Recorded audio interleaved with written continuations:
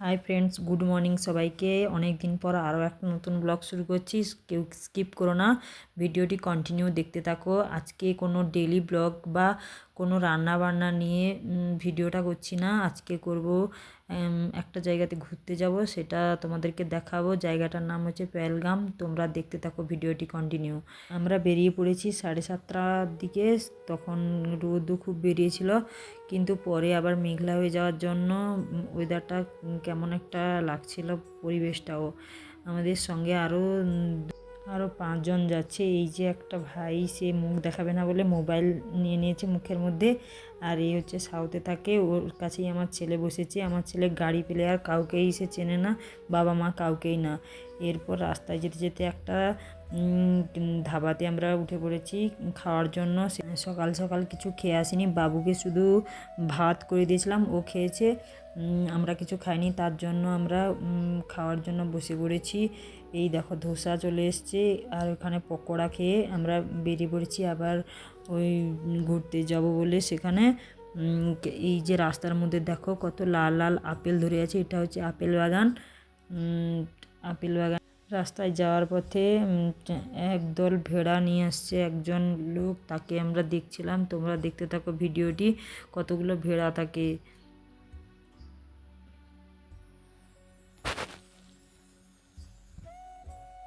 একজন কি করে এত ভেড়া নিয়ে যায় আমি আমার জানি না বাবা, কতগুলো নিয়ে যাচ্ছে দেখো।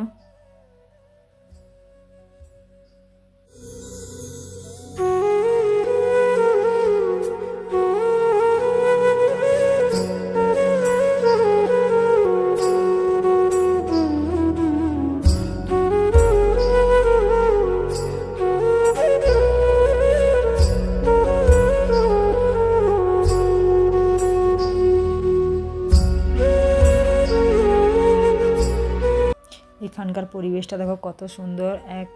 একদিকে পাহাড়, অন্যদিকে ঝর্ণা, বরফের জল সব নিচে আসে, এর জন্য এরকম করা থাকে। এখান দিয়েই জল নিকাশির ব্যবস্থা রয়েছে।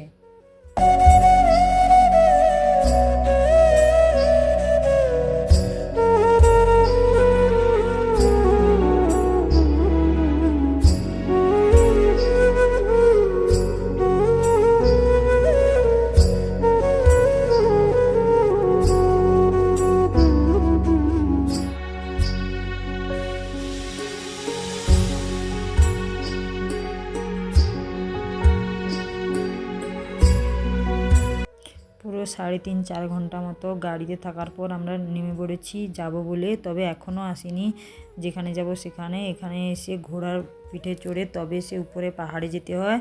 সেখানে এসে দেখছি কাশ্মীরি ড্রেস ভাড়ায় পাওয়া যায়, সেগুলো পরে দুটো ফটো ভিডিও করে নিয়েছি। তোমরা তো আগেই আমার ভিডিও দেখেছো। আর দেখো কীরকম চারপাশটা, এটা পাহাড়ের একদম উপরে। এখানে ঠিকমতো ভিডিও করতে পারিনি, কারণ এখানে নেটওয়ার্ক একদমই ছিল না। তার জন্য এখানকার পরিবেশটা খুব দেখো কি সুন্দর। চারদিকটা সবুজ সবুজ হয়ে আছে, আর চারদিকে বড় বড় পাহাড়ি গাছ। তোমাদের ভিডিওটি কেমন লাগলো আমাকে কমেন্ট করে জানাবে। ভিডিওটি ভালো লেগে থাকলে লাইক, কমেন্ট, শেয়ার আর সাবস্ক্রাইব করে দিও। টাটা।